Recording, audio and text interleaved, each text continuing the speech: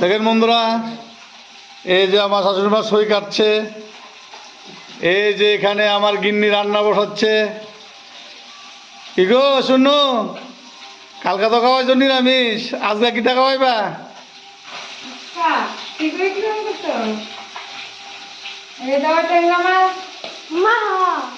এই যে সিম কাটতেছে, সিম আলু দিয়ে ট্যাংরা মাছ দিয়ে করুন।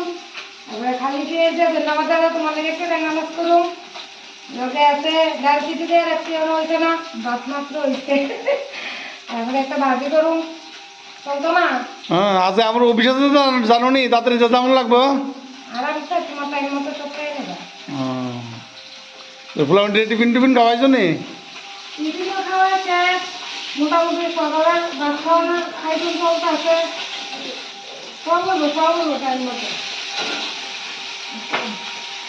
মারে দিছো নি, মারে খাওয়াইছো নি টিভি? এই যে সিম, বুঝছো, এটি দিয়া, তারপরে এই যে ট্যাংরা মাছ, এটি কিছু ভাজছি আর ভাজছি।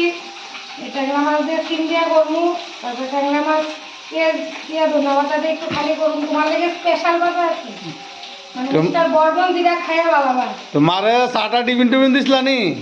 মারে দিকাম না, কি গো মা দিছি নি? কম না দিছিনি, বলে তো তোমার মায়ের পেটে মায়ের কিছু খাওয়ান দেয় না। এই দুনিয়ার যদি কেউ একমাত্র দুঃখ কষ্ট বুঝে, তাহলে একমাত্র মা। মা ছাড়া কেউ কষ্ট বুঝবেন না। কথাটা তো ঠিক কইছো গিন্নি, একদম সত্যি কথা কইছো। এলাকা জামাইও না, না না, জামাই কই, মানে নিঃস্বার্থভাবে ভালোবাসে। জামাই তো সবসময় ছাত্র ভাগ লইতে। অনেক